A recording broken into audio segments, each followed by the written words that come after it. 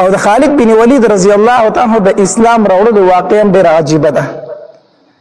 د اسلام ډېر سخت دشمنو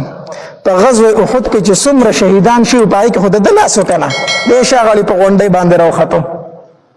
او دا ډېر غټ جنګجو هم و. خو دوی وی زما په زړه کې یو ځل د دې اسلام محبت پیدا شو. هغه څنګه وی دا نبی علیه الصلاة والسلام چې په غزوه حدیبیې ته را روانو که نه وی ما ملګرو ته ووي چې ځای ورته سي کوئ چې دوی راځي چې موږ په لاره کې حمله وکړو. دوی به دغلته کې پړاو اچوي وي موږ چې دوی څنګه پړاو اچوي موږ به ګیر چاپېره ناست وي موږ به ناڅاپي حمله وکړو. وی موږ ناست وو هغې ځای ته وي ناڅاپي نبي علیه السلام لاره بدل کړه هغې ځای ته اړو رانغې حالانکې څومره قافلې چې به راتلې دغې ځای ته به راتلې او نبي علیه السلام هغه لار پرېښوده به بل طرف لاړو. ما دې ملګرو ته ویل چېرې دا سړی خو ډېر څه عجیبه غونته سړی دی موږ ورته دلته کېناستو او ډاري کې لاره بدل کړه. ما ورته ویل چې خیر دی بل یو ټیم را روان دی هغه ټیم کې دوی مونځ د سره هم نه پرېږدي چې هغې ته صلات وسطا ویلی شي د مازدیګر مونځ د مازدیګر مونځ دوی د سره نه پرېږدي ځکه حدیث مبارک کې راځي چې د مازدیګر مونځ نه قضا شو نو اهل و عیال ټول د هلاک شو. نو دوی د مازدیګر مونځ نه پرېږدي بلکل نه پرېږدي نو چې دوی په مانځه ودرېږي که نه مونږ به پرې حمله وکړو. موږ په دې کې ناستو چې د مازدیګر مونځ ټیم شو نبی علیه السلام صلات الخوف وکړو. صلات الخوف صلات الخوف طریقه دا ده نیم ملګري په ځان پسې ودرول نیمې چوکیدارۍ ته ودرول. نو چې یو رکعت هغه یو څه کسانو د نبی علیه السلام سره وکړو بیا هغه چوکیدارۍ ته ودرېدل هغه نور راغله په نبی علیه السلام پسې ودرېدل. په دې طریقه نبی علیه السلام مونځ وکړو او مې مونځ وکړو مې چوکیداري کوله که نه. ما دې کسانو ته وویل چې یقین په الله وکړه په دې سړي سره خو هېڅ نه کېږي ده سره اوس غیبي غونته کې امداد دی ده خو چې کوم ځای کې مونږ ورته کینو نو بس د طریقه بدله کړي ده سره څه غیبي غونته کې امداد دی. وی هغې ځای کې زما په دې زړه کې د اسلام لږ مینه پیدا شوله. بل چې کوم ځای طرف ته به غزا له لاړم د جنګ له لاړم که نه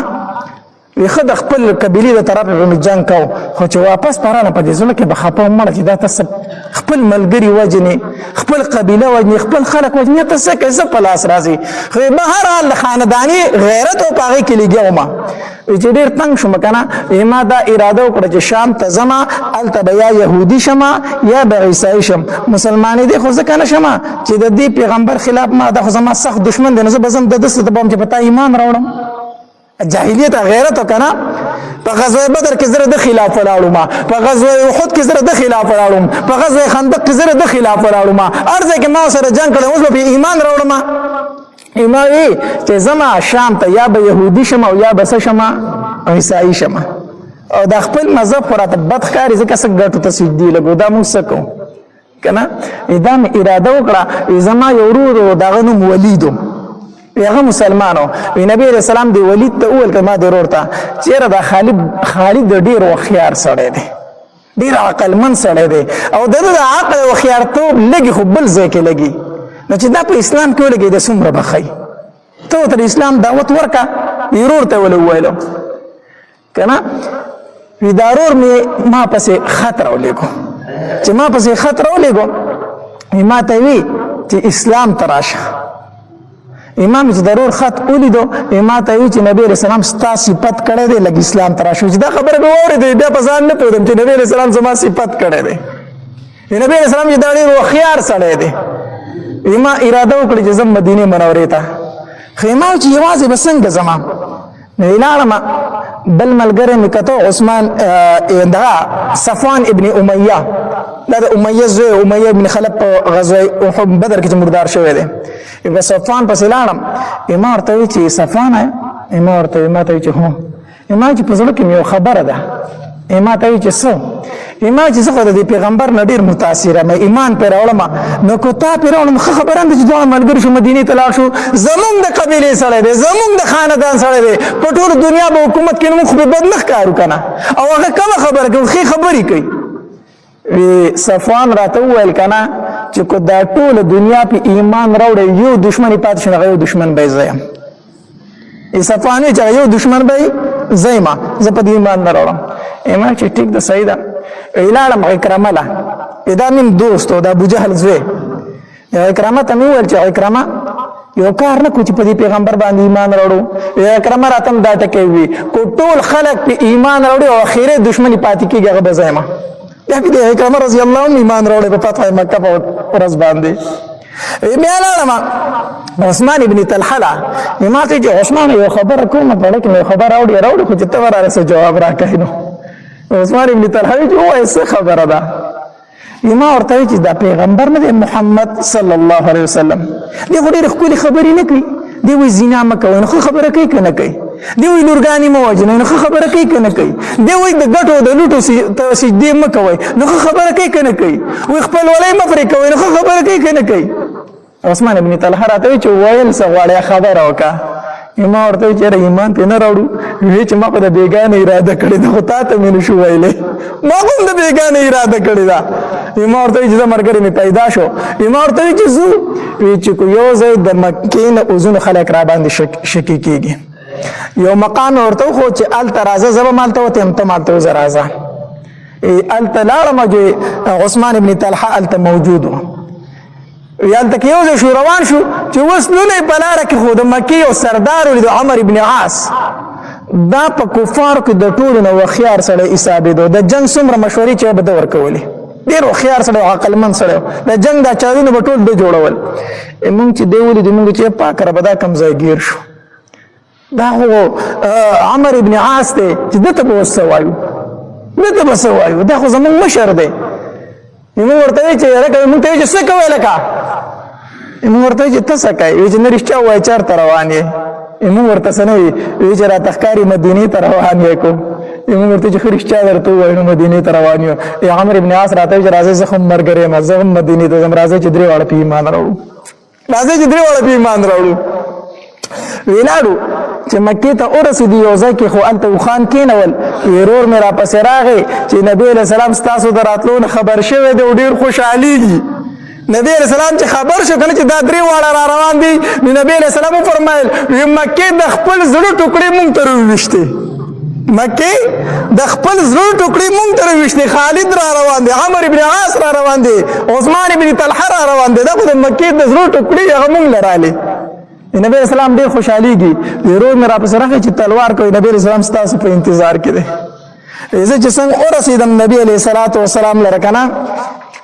نبی علیہ الصلوۃ والسلام ته مې فرمایل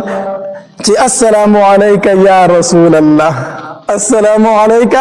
یا رسول الله او بیا مې د نبی علیہ السلام لاس ونیو چې اشهد ان لا اله الا الله واشهد ان محمدا عبده ورسوله وی کلمه مې وویله نبی علیہ الصلوۃ والسلام راته فرمایلو چې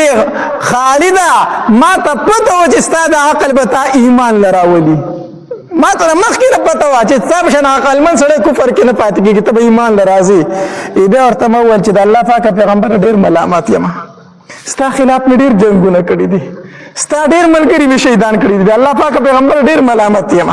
ما له دعا وغواړه نبی علیه الصلاة والسلام فرمایل چې الاسلام یخدم ما کان قبله اسلام مخکنۍ خبرې ټولې ختموي مخکې چې په کفر کې څه کړی هغه ټول الله ختم کړو بیا نبی علیه الصلاة والسلام فرمایل اللهم اغفر لخالد الله خالد ته بخښنه وکړه الله خالد ته بخښنه وکړه او بیا بل صحابي راغی درې واړو د نبی علیه الصلاة والسلام په لاس باندې سره راوړو ایمان راوړو جنډه ما راغستې امیر ځان له مقرر کړی هغې ورته وایي زمونږ د طرفه ته امیر ته امیر بس تا جنډه راغستې ته امیر هغه وایي زه د دې طاقت نه لرم زه نشم کولی هغه دا جنډه زر راواغسته خالد بن ولید رضی الله تعالی په لاس کې ورکړه خالد بن ولید په لاس کې ورکړه وایي ته جنګ ماهر ډېر زیات یې دا جنډه ته سنبالولی شي خالد بن ولید رضی الله جنډه واغسته خو زه دا نشم کولی ټولو مسلمانانو وایي ای خالد بن ولید زمونږ امیر ته یې دلته نبی علیه الصلاة والسلام منبر راوغوښتو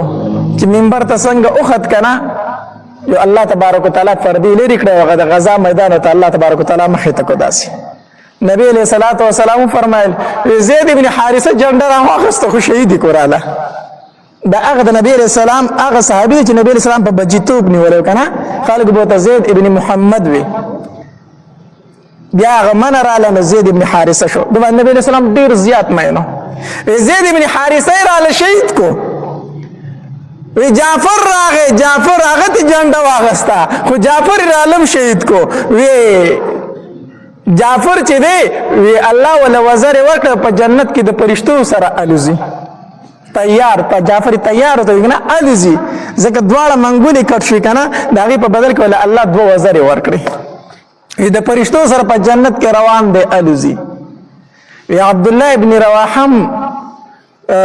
جنډه راواغسته خو عبدالله ابن رواحه یې عالم شهید کو چې کله نبی علیہ الصلوۃ والسلام فرمایل کنه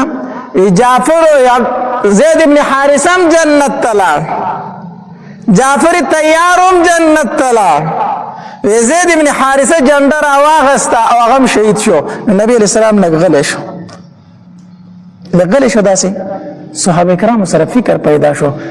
چې د نبی علیہ السلام خو د دوه صحابه کرام متعلق فرمایل چې جنت تلا خدای عبدالله بن رواحه رضی الله تعالی متعلق ونه ویل چې جنت تلا غلی شو ګور چې دغه څه غلطي شوې ده کو څه غلطي دي شوې ده کو نبی علیہ السلام چې داسې سر روچت کو د سترګو نه اوښکې بهیدي په جنت کې په تخت باندې ناست خو تخت یې ړکېږي تخت یې ړکېږي د سرو زرو په تختونو درې واړه کېناستل خو د عبدالله بن رواحه رضی الله تعالی تخت ړکېږي صحابه کرامو ته تپوس کوي د الله پاک پیغمبره د عبدالله بن رواحه رضی الله تعالی دا تخت ړکېږي ولې نبی علیہ الصلوۃ والسلام ورته فرمایل دغه په زړه کې لږ تردد راغی ځکه چې دل خپنیول شو چې مخکې لاړ شم کو لاړو نشم د هغې وجې نه د هغه تخت پسه شو پړه کېدو شو داسې کېږي ښه کله ناکله د عمل د تردد ځکه چې الله ته څومره نږدې که نه الله تبارک وتعالی دومره په معمولي خبره باندې بیا څه کېږي خفه کېږي نو عبدالله بن رواحه رضی الله تعالی عنهم جنت ته لاړو خو د هغه تخت لږ ړکېږي دغې معمولي تردد د وجې نه داسې وشو محمود غزنوي چې کله هندوستان فتح کو کنه د هندوستان فتح کو نو الته چې کوم غټ مندر هغه ته دنه شو ټول بوتان مات کړ محمود غزنوي دا په بوت شیکن باندې مشهور کنه ټول بوتان مات کړو نو چې کله غټ بوتي ماتو کنه نو دا هغه زغ ټول منجوران ورته راټول شو په جړه پریاد شو ته ودا بوت را لمه ماتوا ته چې څومره مال غواړې هغه مونږ درکو خدا بوتو ما ماتوا وی دا څومره دا غټ بوت چې دی که نه دی اوتله د ده مقدار دله مونږ زر درکو سره زر درکو د ده د وزن مطابق مونږ سره زر درکو خو دی مه ماتوه نو محمود غزنوي د خپل شورا کسانو سره مشوره وکړه هغې ورته وي امیر المؤمنین دې څه شي له ماتی یو بوت دی جو پرېږدوئ سره یې ماتی نو د دې مطابق چې مونږ ته سره میلو شي په دې خپل لښکر به یې خرج کړو ډېر به مالدار شو ډېر اصلاحي به پرې واږ نو بوت څه له ماتو په دې کې یو کسو دا هغه ورته دا وویل مسعود غازي نوم مسعود غازي هغه ورته وی محمود غزنوي تر اوسه پورې بوت شیکن وګورئ او که سره زر دې پرې واغستو نو بیا به بوت فروش شي بیا بوت فروش بوت شیکن بنئ محمود غزنوي ویل که دا خبر دې ټیک وکړه خو غرمه ټیم او سترګې ورلې چې سترګې ورلې اوس خوب ویني محمود غزنوي خوب ویني وایي زه مړ یم نو جنت ته روان یم نو چې جنت ته روان یم څه فرشتې رالي زه د لاسه ونیومه نو جهنم ته یې روان کړم نو هغه نورې فرشتې ورته وایي چې ولې دی جهنم ته زموږ نه بیایي وایي هغه ورته وایي چې دا بوت فروش دی ده خو بوتان به خرڅولو دا بوت فروش دی مونږ جهنم ته ځکه لیږو نو هغه نورې ورته وایي نه دا خو بوت شیکن دی ده خو بوتان مات کړي اوس د فرشتو پسې دا جګړه ده یو وایي د بوتان خرڅ کړي دي مونږ جهنم ته بیایو هغه نورې فرشتې وایي نه د بوتان مات کړي مونږ چېرته بیایو جنت ته بیایو د محمود غزنوي چې سترګې وغړې دي که نه وی نه حکم وکړئ دا غټ بوت مات کړئ دا غټ بوت مات کړئ دا خو زما په زړه کې صرف معمولي غونته خبر راله چې پرې به یې د دوی راله پیسې راکوي د هغې د وجې نه زه جهنم ته روان شوم ګوره د معمولي تردد د وجې نه الله ورله تنبیه ورکړو معمولی تردد د وجې نه نو دا مات کړئ نو چې څنګه غټ بوت یې مات کو که نه هغه دننه ټول د جواهراتو ډکو هغه بوت د جواهراتو ډکو هغو چې ورله څومره زر ورکول د هغې دوچن په دوچندۍ پایبوت کې دننه پراتو قیمتي څیزونه پراتو نو هغه ورته یې وګوره الله تبارک وتعالی بوت فروش هم نه کړم بوت شیکن هم کړم او هغه مال راته هم د غازیانو دپاره میلاو شو نو عبدالله بن رواحه رضی الله تعالی عنه هغه تخت نبی علیہ الصلوۃ والسلام فرمایل داسې اوړه کېدو ولې اوړه کېدو ځکه به هغه کې معمولي غونته څه راغلې وه تردد راغی چې مخکې لاړ شم که مخکې لاړ نه شم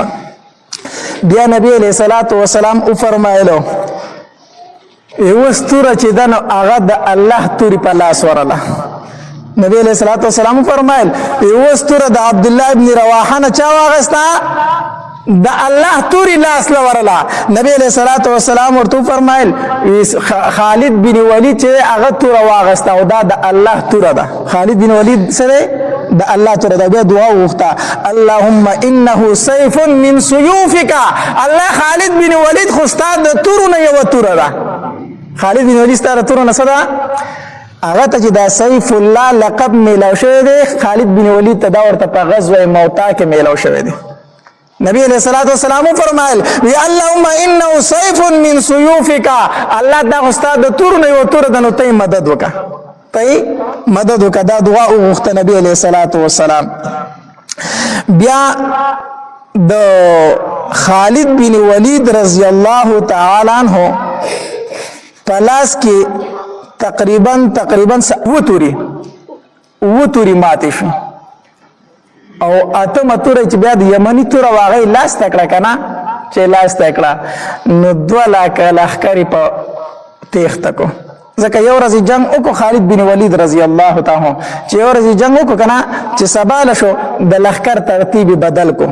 مخکې چې کم کسانو هغه شاته راواړول شاتلی چې کم کسانو هغه مخکې کړو. دا ولې دا چلو کو؟ ځکه چې دا مخونه ناشنا کول هغوی ته چې کفارو ته هغه نوي مخونه سبا له مخامخ شو نو هغوی د مسلمانانو د امداد دپاره خلک راورسېد. د مسلمانانو د امداد دپاره خلک راورسېد. هغه 2 لاکه لښکر یې څه کو پس پاک او ویزغله.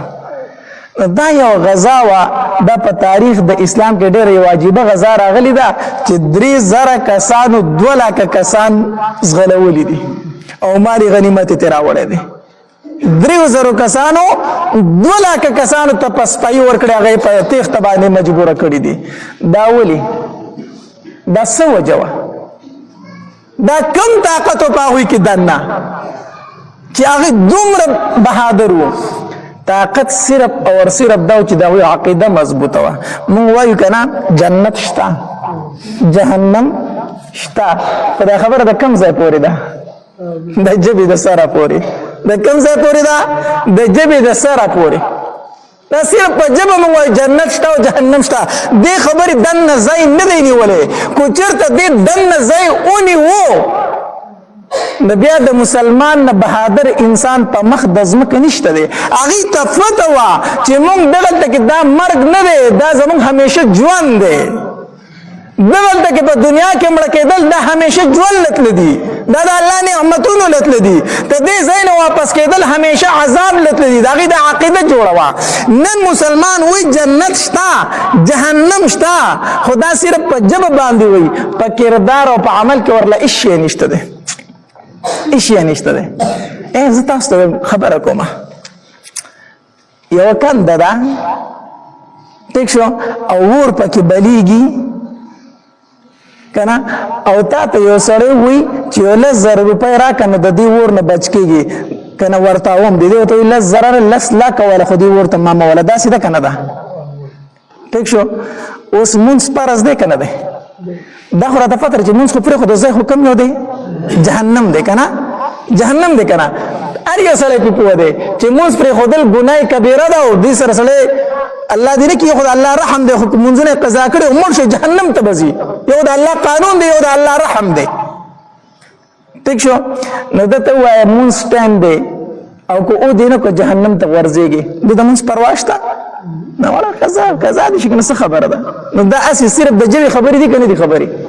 که ده ته پته وي چې دا مونځ قضا کول اور ته وردانګل دي ده به قضا کړی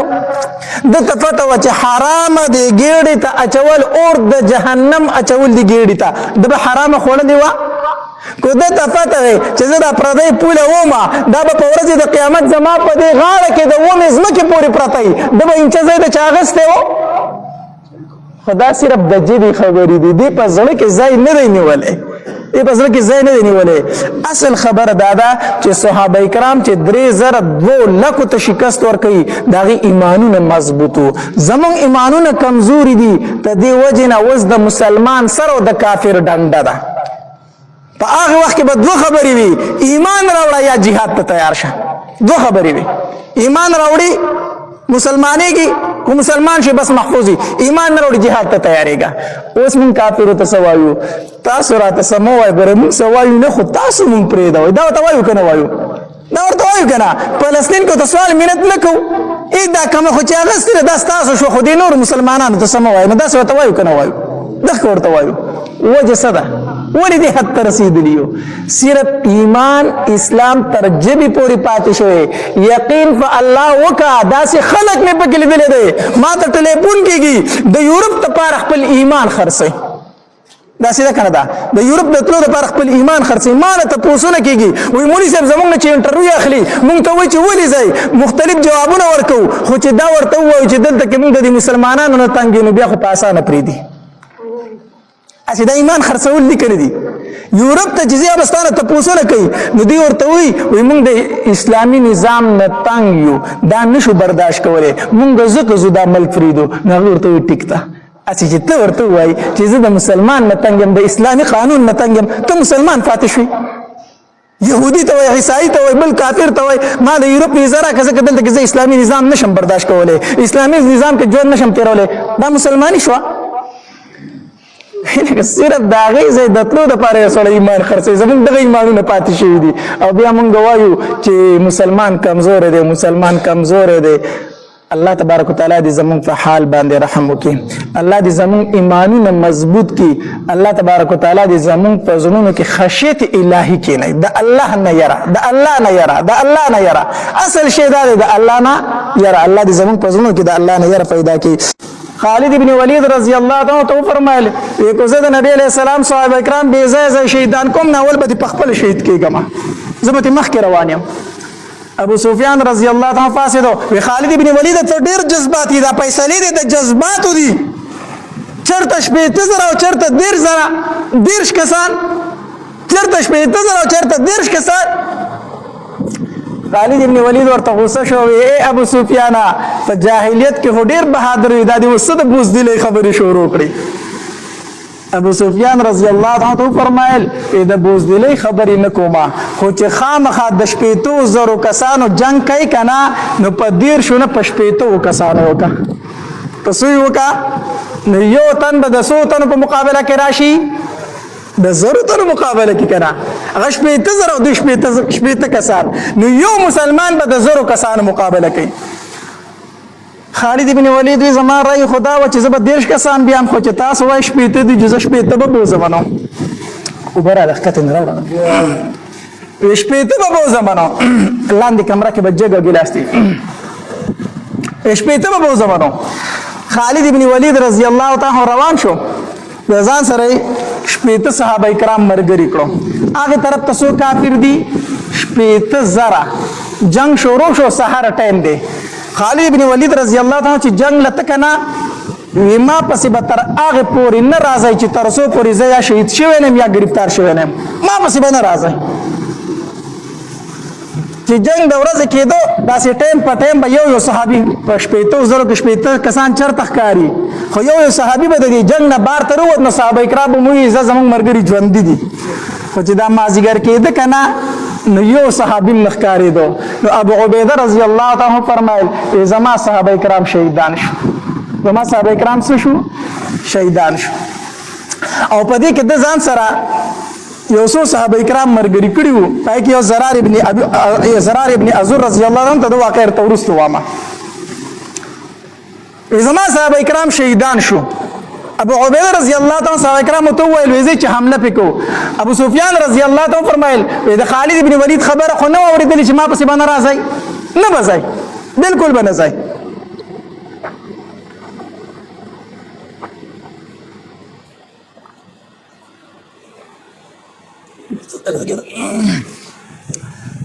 وینه بځای ویټیک دا چې دا سره ما خامني دا خړای خوريده کنه خالد بن ولید رضی الله تعالی دا ستل استومان په اسور دی را روان دي صحابه کرام سره دي چې صحابه کرام خو له رسیدل کنه چې ځان سره مرګري او شمال صرف شل کسانو سره شل کسان سو صحابه کرام ورکو سلوي ختنه شپېته صحابه کرام به بوستو کړه سلوي صحابه کرام ورکتي صرف شل تنه وسر رالو خالد ابن ولید رضی الله تعالی داسې اسمان ته وکتل او ډېر یې وژړل. یا الله زه به تعالی څه جواب درکوم چې ته ما ته وایې زما صحابه کرام دې ولې شهیدان کړي، زما مسلمانان دې ولې شهیدان کړي دي، او زه به عمر ته څه جواب ورکوم. عمر به راته وایي چې 40 تنه دې شهیدان کړو. ډېر یې وژړل. ابو عبیده رضی الله تعالی ته وویل ابو عبیده ما له 100 تنه قربانۍ والا پکار دي، 100 تنه قربانۍ، یا به د خپل 40 تنه صحابه کرام واپس راولم یا به بدل اخلم، ما له 100 تنه نور راکا. ابو عبیده رضی الله تعالی ته فرمایل ګوره ته ډېر ستړی شوی، زه په خپله ځم. وینا ته به نه ځم، زه ځم، ټوله ورځ جنګ کړی دی، ښه زه ځم. 100 تنه صحابه کرامو سره ملګري شو، روان شو. چې لاړو هلته ورسېدو نو چې وی کتل د کافرو 15,000 مرداران پراته دي. 80 تنو 100 تنه کافر مردار کړي دي، 15,000 80 تنه 15,000 چرګان هم نشي حلالولی. دا د الله امداد و. 80 تنو 15,000 کافر مردار کړي او چې ګیر چاپېره خپل ملګري ولټول که نه نو 10 صحابه کرام شهیدان پراته وو، 10 صحابه کرام شهیدان پراته وو. هغه خپل ملګرو ته حواله کړو زمونږ دا شهیدان هلته ورسوئ، دا یې واپس کړو. اوس 10 تنه دوی سره وو، 10 تنه شهیدان شوي، 100 تنه ورک دي، 10 کسان ورک دي که نه به 80 وکړي، 10 خو دا شو، 10 ورک دي. وایي زه به ځم او دا 10 کسانو معلومات پکوم. ځان سره ملګري روان کړه، وایي زه چې په کافرو حمله کوم. روان دي په دې کې نو تر غوږو شو، داسې اواز یې تر غوږو شو د اسونو د خپو، چې وایي کتل څه کسان په اسونو را روان دي، چې وایي کتل هغه د ملګري صحابه کرامو. وی تاسو چېرته تللي وایي؟ مونږ خو چې هغه کافر په منډه شو نو مونږ پسې وروستو روان وو، هغه په دې دشتو کې ځغلول، په دې دشتو کې خو ته نور هم ډېر شی مردار کړي دي. وی ښه نو چې وایي شمارلو هغه 25 کسانو، 25 واپس رالو، نو 100 تنه ورک دي، 15 تنه ورکو، دا 15 تنه گرفتار شوي او په دې 15 تنو کې زرار ابن عزر رضی الله تعالی عنہ وو. دا ډېر عجیبه صحابي و، دا صحابي پهلوانو، د بدن نه پهلوانو او چا کوم ډېر زیات او بهادر وو. دی یو ځل د کافرو پهلوان، یو طرف ته کافرو پهلوانو، دی په خپل هم پهلوانو، هغې 80 تنو دی یوازې مقابله شروع کړه. د زرار ابن عزر رضی الله تعالی په 80 تنو کې چې 20 پهلوانان مردار کړو نو هغه 40 تنه وتښتېدل، 40 تنه وتښتېدل. داسې پهلوان و او په الله توکل څومره و چې کله غزا ته به وته نو کمیس په یې ایستو، کمیس په د بدن نه ایستو، ورتاو به یې کو، بربنډه غزا ته وتو، زغره مره به یې نه اچوله. چا ته تپوس کو وایي زغره خو نه اچوي، نو دا کمیس ولې وباسي، دا ولې وباسي؟ دا ځکه وباسمه هسې نه چې کافر وو چې د کمیس ته لاندې به یې زغره وي. چېرته دا ونه وي چې د کمیس ته لاندې یې زغره اچولې ده، نو زه ورته خپل بدن وښیم چې ګوره په بدن مې څه شی نشته دی، ښه ډاډه راباندې راځه. دا بربنډ ځکه وځم چې دا کافر راباندې ښه ډاډه حمله کوي. داسې خو عجیبه توکل والا صحابي و، دومره بهادر صحابي و. 4 زره گرفتار شوی، الله ژوندی را آزاد کړی دی. بیا زرار ابن عزر رضی الله تعالی نو دې پکې هم گرفتار شوی و. چې راغی دی خالد ابن ولید ډېر وژړل. 15 تنه صحابه کرام مې اوس هم گرفتار دي، اوس هم گرفتار دي. سبانۍ ورځ شوه، دیارجان کوم د هرقل بادشاه چې د فوج کمانډر هغه ته خبر ورسېدو، وی حضرت زمونږ 80,000 کسان و، هغه 80 تنه و، 15,000 کسان یې رانه وژلي دي. دیارجان ډېر سخت غوسه شو، وی تاسو خو بالکل د کار نه یئ، تاسو روز د دوی فکر نه درځي. یو تن ورته وویلو دا مسلمانان ته تر هغې پورې نشي ختمولی چې تر څو پورې په دوی کې یو تن دی هغه دې نه دی وژلی، یو تن دی پکې خالد بن ولید تی نوم دی، تر څو چې د هغه نه دی ختم کړی ته دا مسلمانان نشي ختمولی. نو څنګه به یې وژنه به؟ وی قید یې که ګرفتار یې که نو ګرفتار کوم به یې څنګه؟ کس ولا مشوره ورکړه، گرفتار دي چې هغه ډیر زیات بهادر دی، ډیر زیات غیرتی دی. ته پسې کس ولېږه ورته ووایه چې دیارجان وی هرقل بادشاه وی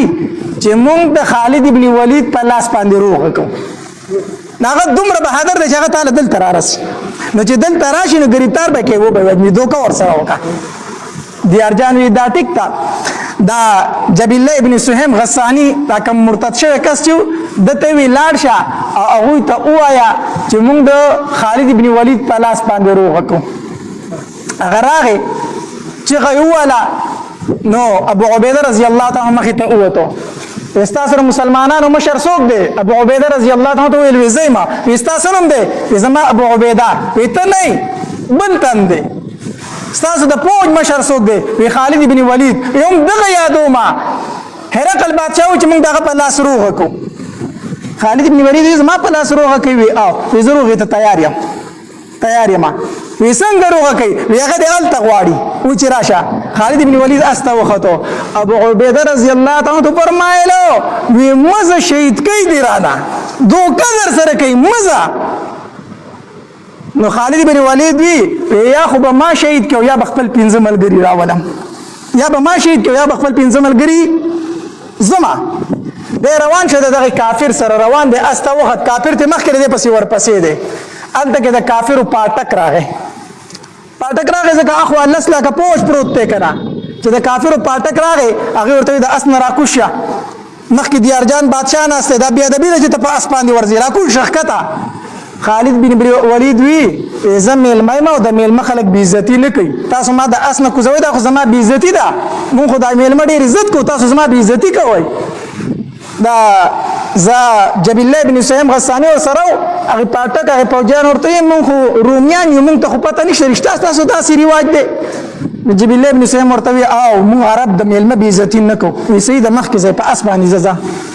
دی پرېښود چې لږ مخکې لاړ بل پاټک راغی. هغې ورته وایي راکوز شه. وایي نه کوزېږم تا سره میلمه بېعزتي کوئ. بهرحال هغه ډېر ظالمانو دی د اس نه راکوز کړو.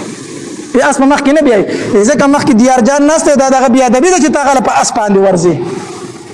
خالد بن ولید رضی الله تعالی راکوز شو. اوس اس یې هلته وتړو. هغوی ته وایي د اس راله دلته وتړئ. هغوی د اس وتړو. یو طرف ته 15 لاکه پوج پروت دی، بل طرف ته 15 لاکه پوج پروت دی.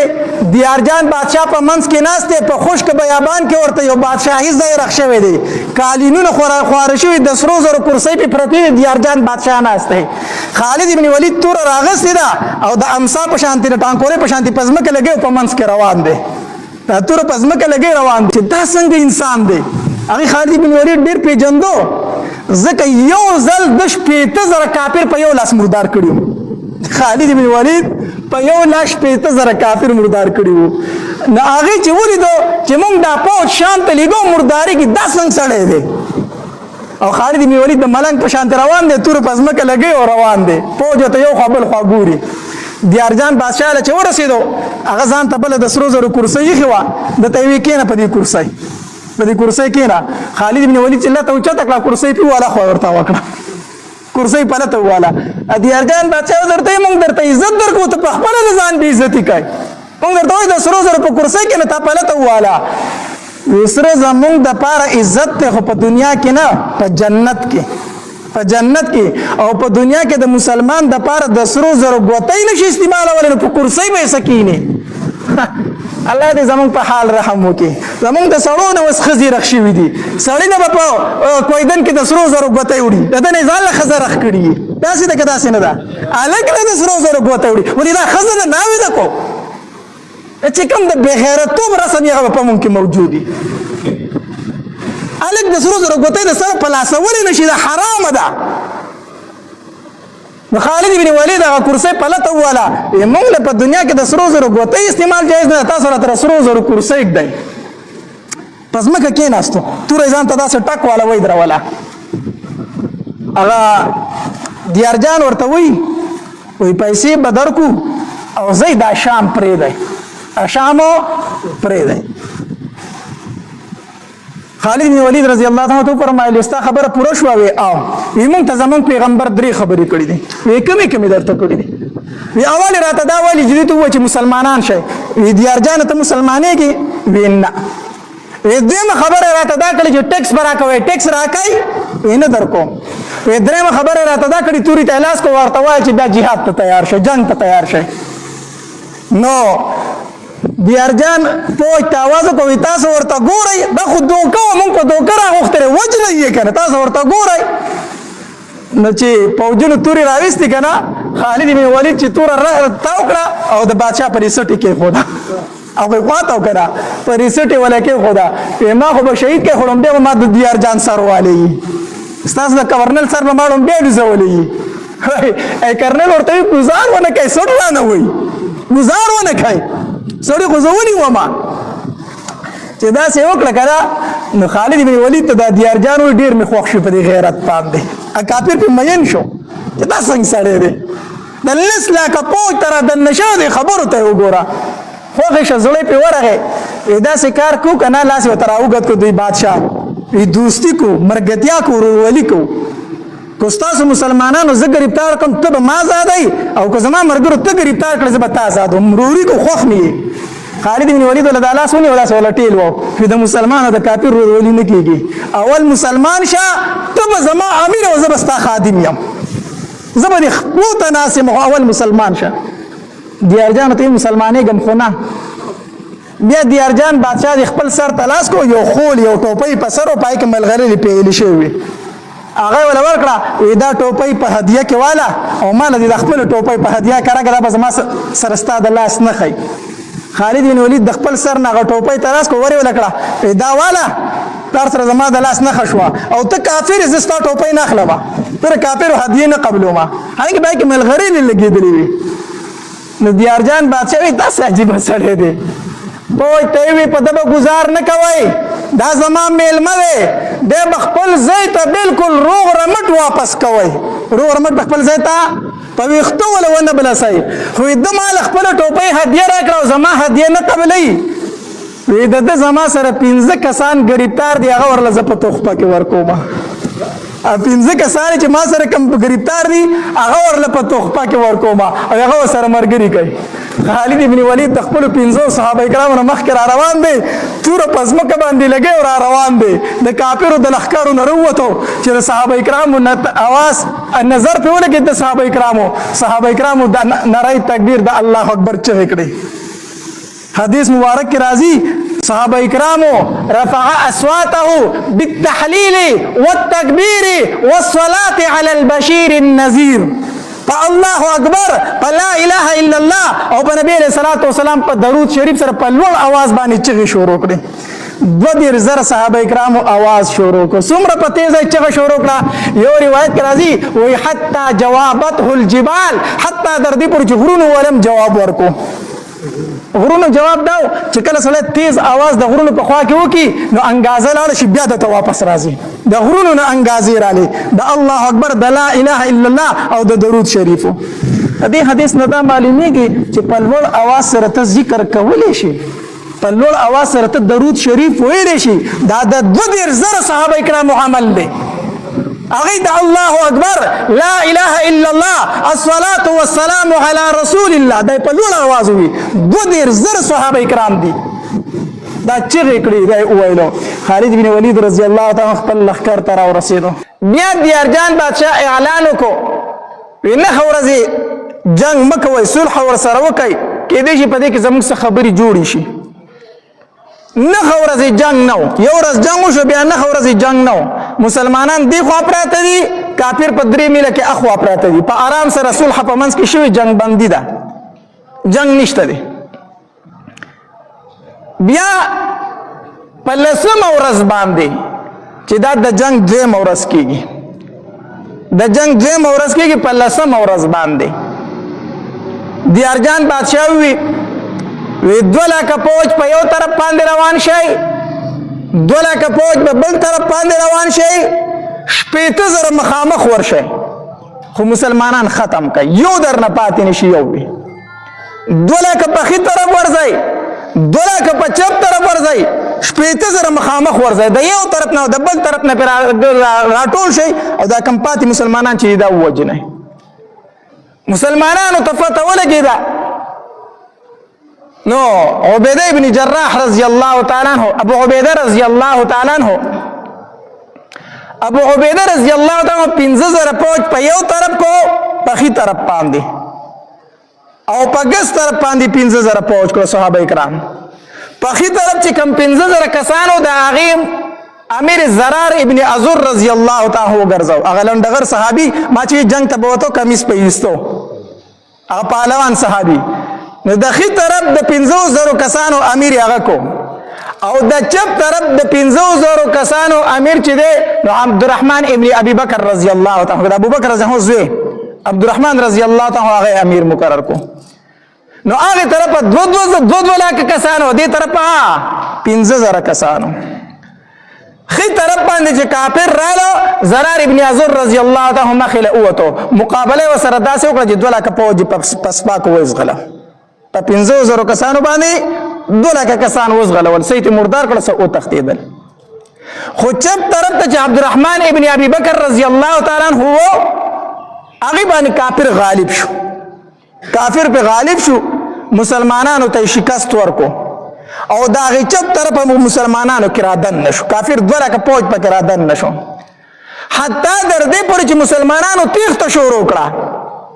او ما درته ویل زنانه د غونډې شاته مسلمانانو کې نه ولي وي مخ ته صحابه کرامو درولي او کافر غونډې کم رانږدې شو د مسلمانانو زنانه تر ورسېدل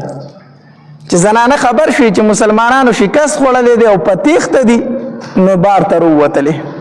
د زرار ابن عزر رضی الله تعالی خوروا خولته ابن عزر رضی الله تعالی عنها خوله رضی الله تعالی عنها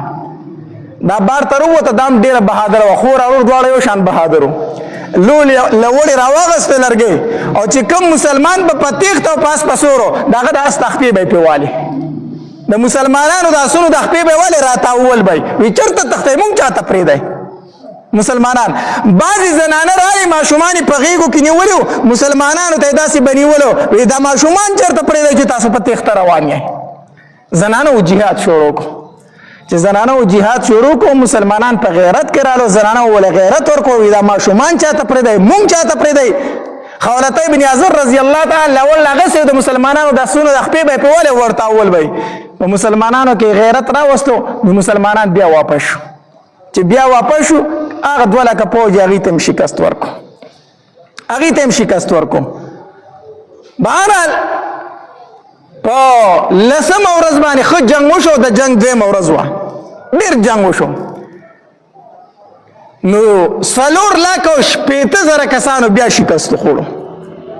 چې بیا شکست یې وخوړو مسلمانانو پکې عارضی شکست مونږ خو بیا غ شکست په فتح باندې بدل شو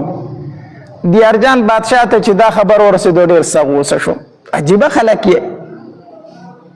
د 2000 کسانو فکر نه درځي په لکاو پوج لګم او واپس را تختای څه عجیبه خلک یې په خپل پاسېدو وی د سبا نه به په خپل وزم جنگ ته ستاسو نه ده شوي زه په خپل وزم د کافرو چې کوم جرنیل او بادشاہ چې کله یو لسم ورځ شوه او دا د جنگ 3 ورځ کېږي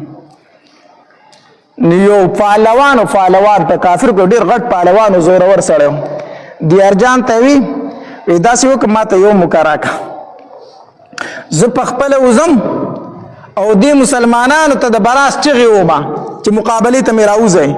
نو ضرور به دا خالد بن ولید زما مقابلې ته روځي او چې کله دی رووت زه درله د ده قصه خلاصوم نورو سره بیا وروسته ګورو دیارجان بادشاه ته دا کار هم ته کولی شي بل څوک نه شي کولی دغه پهلوان اس ته وختو خو ډېر لوی پهلوان سړی و او چې اس ته وختو رامنډه کړو اس یې ډېر غټ اس و او چې څنګه د مسلمانانو خوا ته راورسېدو چغې وویلې البراز که څوک در پکې زما مقابلې ته روځئ که څوک در پکې زما مقابلې ته روځئ دومره غټه تنه وه که نه صحابه کرام فرمایي چې مونږ ولیده مونږ چې دا چې ته غر را روان دی دا کافر خو دومره لویه تنه وه په دومره غټ اس سور مونږ داسې غر راغی ته د مقابله بلا څوک کوي نو خالد بن ولید رضی الله تعالی عنہ فرمایل په مقابله ته څوک وځي که زه په خپله وځم دې سړي مقابله ته بل څوک وځي که زه په خپله وځم نو زرار ابن عزر رضی الله تعالی عنہ فرمایل وی خالد ته مو زده ته ما پرېږده دام پهلوان دی او زم پهلوان یم یو بل سره به ګورو دا زرار ابن عزر رضی الله عنه ته ما ترجمه کوي کنه دا ډېر پهلوان صحابي او جنگ ته چې به وته قمیص په ورتاوو کمیس په ورتاوو وی ځکه چې په ما باندې کافر ډاډه راځي اسې نه چې دا وایي چې چېرته زغره یې اغوستې ده دوی زه وځم دم پهلوان دی زم پهلوان یم یو بل سره به ګورو زرار ابن عزر رضی الله تعالی اس ته وخت او مقابلې ته ووتو دواړو په یو بل باندې ګزارونه شروع کړو خو دا د عربو عادت و چې 2 تنو پهلوانانو به جنگ شروع کړو که نه درېمګړی به نه ورتو یا به چې په دې کې یو تن مړ شو او یا به یو تن وتښتېدو بیا به نور تلو ورنه دا دوه تر به د هغې پورې جنګېدل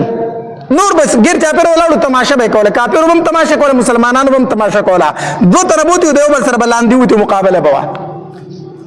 نو زرار ابن عذر رضی الله عنه مقابلې ته ووت د دې کافر سره لګیا شو تورې په یو بل چلی نور مسلمانان هم تماشه کوي کافر هم تماشه کوي زرار ابن عذر رضی الله عنه فرمایي وایي داسې عجیبه سړی و چې ما به پې د تورې ګزار کو داسې زغره یې اغوستې وه چې ما له د تورې هغه څوکه واړوله د اوسپنې زغره یې اچولې وه ما به پې د تورې ګزار کو یو کړنګ به یې کو توره به یې راله اړوله او غټو سټ ته زه نه رسېدم چې سټ مې وله په توره والې ډونګو رانه نو ما چې به ګزار کوم لاندې به لګېده لاندې د هغه څه وزغره وه ما وایي چې یاره د دې سړي سره څه نه کېږي بره ورته ته نه رسې وخت هغه په اوسپنو کې پټ دی د ده سره څه نه کېږي وی چل مې شروع کو چل مې دا شروع کو چې اس مې راوګرځاو او چې اس مې راوګرځاو مسلمانانو ته راپه تېښته شوم چې راپه تېښته شوم کافر خو دا ووایي چې لکه زه سړی رانه وتښتېدو سړی مې په تېښته کو وی هغه راپسې م اس راخوشی کو زرار ابن عذر مخکې د پاس پرې کافر پسې ور روان دی کافر و چې تښتي رانه چې وایي رسومه خو چې د مسلمانانو ته لږ رانږدې شو که نه زرار ابن عذر رضی الله یو چل وکړو یو چل یې دا وکړو چې په دې اس باندې قیزه ټیوټ راوکاږله دا واګې نه دي دا قیزه پې جوخته راوکاږله یعنې بریک یې ورله ووه او دی خو پسې شاته په تیز سپیډ کې را روان دی که نه نو زرار ابن عذر په دې خپل اس قیزه راوکاږله داسې جوخته او شاته یې نیزه داسې ویستله نیزه ویسته چې دی خو په سپیډ کې را روان دی او زه به ورته اس ډارک ودرم نو چې دی راشي چې زه په دې خېټه کې به دا نیزه نه نوځي دا بیا ډېر سپیډ کې بیا خوابتې وتي نو چې زرار ابن عذر هم په دې اس کې زر وکاږله او دا نیزه یې شاته داسې ویستله که نه او دی خو په سپیډ کې را روان او چې د ده اس راورسېدو نو دا خو ډېر تکړه کافر و ډېر جنګي سړی و ځان یې بچ کو اس یې په دې مرۍ کې ولګېد جو اس یې مردار شو اس یې مړ شو اس یې ولګېدو او ده تې ځان بچ کو چې ځان یې بچ کو نو داسې راغی زرار ابن عذر رضی الله عنه ته دا کافر وایي وایي ته عربي او دوکه عربي سړی او دوکه دې وکړه ځان دې را په تېښته کو چل دې دا کو نو زرار ابن عذر رضی الله عنه وایي او زه عربي او دوکه خو تا ته پته نه ده جنګ ته راغلی یې او الحرب خدغتون جنګ خو دوکه ده په جنګ خو کېږي په دوکو باندې جنګ منې او دوکه نه منې جنګ کې خو یې دوکې جنګ ته راغلی دغه کافر ته زه دوکه دې وکړم تا ته یې څه پیدا درکړه څه چل دې وکړه زه خو روغ یم څه چل دې وکړو دوکه دې وکړې چل دې وکړو نو زرار ابن عذر رضی الله عنه فرمایي زما دوکې دا چل وکړو نو اس یې راتاو کو نو دی خو په اس باندې زرار ابن عذر او کافر خو بغیر د اسه ولاړو چې توره یې تاو کړه جو سټي تي ووه ځکه چې اوس خو په زرار ابن عذر هم اوچتو که نه او دی لاندې و نو چې توره یې تاو کړه د کافر نه یې سټ ووه او چې سټي ووه راکوش شو سر یې ترې پرېږو چې سر یې ترې پرېږو د هغه چې کومه زغره وه او جامې وې او توره وه هغه هر څه یې ویسته او راوایغستل د ځان سره زرار ابن عذر دا به زمایي دا به زمایي او دا حدیث مبارک دی من قتل قتیلا فله سلبه چا چې یو کافر مردار کو نو د هغه ساز و سامان به هم د دغې غازي چا چې مردار کو ها یو کلی د کافرو فتح شو روغه شهر علاقه فتح شوه نو دغه سامان به بیا د بیت المال په ټولو مسلمانانو به یو شان تقسیمیږي بیا خو که یو مسلمان او یو کافر ځان له مردار کو نو چې د هغه سره صحیح نه ده به د دغې مسلماني نو زرار ابن عذر هم ته هغه سامان جنگ را واغستو دا ما مردار کړی دا به زما یو دا ستا دی ابو عبیده رضی الله تعالی عنہ فرمایي دا ستا دی هلته کې دیارجان بادشاه خبر شو چې کوم سړي ته مې سترګې غړې دي هغه یې رالم مردار کو هغه یې رالم مردار کو دا څنګه خلک دی دیارجان بادشاه ډېر سخت غوسه شو وی داسې وکړئ که نه چې 1 لاک فوج په دې یو غونډۍ باندې کېنئ او 1 لاک فوج په دې بله غونډۍ باندې کېنئ او چې څنګه سار شي مسلمانان صفونه تیاری کنه او دوی نه خبره یي نو تاسو به دا 2 لاکه کسان په یو ځل په دوی باندې غشي وروړئ دوی به نه خبره یي دوی به ځان جنګ ته تیاری او چې تاسو به په یو ځل باندې غشي وروړئ په یو طرف باندې په غونډۍ باندې 1 لاک کسان د شپې کېنولي په بل غونډۍ باندې 1 لاک کسان کېنولي د شپې مسلمانان چې سار پاسې د صفونه تیارول نا خبره وو په دې دوران کې به د غشو باران شو د یو طرف نه او د بل طرف نه به د غشو باران شو دومره غشي په اورول چې د 200 صحابه کرام سترګې ووتې د 200 صحابه کرام سترګې ووتې دغه ته یوم التعویر ویل شي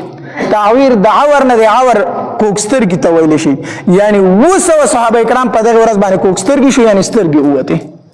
200 صحابه کرام، او ډیر صحابه کرام پکې شهیدان هم شو. خو بیا هم صحابه کرام صفونه نه دي مات کړي، ګوره ښا بیا هم شکست نه تسلیم کړي، بیا هم صفونه نه دي مات کړي، بیا پای غونډو ته پسې مسلمانانو وختل او هغه کسان مردار کړه سه وزغلول چا وی وزغلول. په دې دوران کې چې ماښام شو په دغه ورځ باندې الله تبارک وتعالی د مسلمانانو فتح کوله. په دې دوران کې یو سړی راغی د کافرو نه ماښامې ټیم دی. ابو عبیده رضی الله تعالی ته فرمایي وایي زه ستاسو مدد وکړم چې دا کافرو له شکست ورکړم، مدد دې کولی شم؟ ابو عبیده رضی الله تعالی ته ته څه وکړې؟ وایي زه د دې عیسایانو لوی پادري یم، د دوی مولا یم. خو چې د دوی پادري او د دوی مولا یې نو بیا د دوی خلاف څنګه کوي، زمونږ څنګه امداد کوي؟ دا جذبه در پکې د کم طرفه راله. داسې چل وشو که نه چې مونږ دغلته په دې ښار کې زمونږ کورونه دي، زمونږ دا پوځ چې راغی نو زمونږ د زنانو بېعزتۍ یې وکړې، زمونږ د کورونو بېعزتۍ یې وکړې. نو زه لاړم ما خپل بادشاه ته پرې شکایت وکړو چې دا پوځ رالېږلی دی او زمونږ ټولې زنانو دوی بېعزتې کړې. وی هغه زما خبرې ته اړو غوږ کېنښودو. وی دا مې پړه کې راغلي چې دوی له به اوس زه داسې زور ورکوم چې یاد به یې ساتي. هغوی خو مې خبره ونه منله، په ستاسو په لاس ورته سزا ورکوم. وی څنګه؟ وی زه داسې کوم که نه زه ځم دوی ته، دوی زما خبره مني ځکه دوی پادري یم، د دوی مولا یم، زما خبره باندې ډېر یقین کوي. زه دوی ته وایم چې مسلمانان در باندې نن شپه حمله کوي او ځان ورته رډي ساتئ، تیار ساتئ،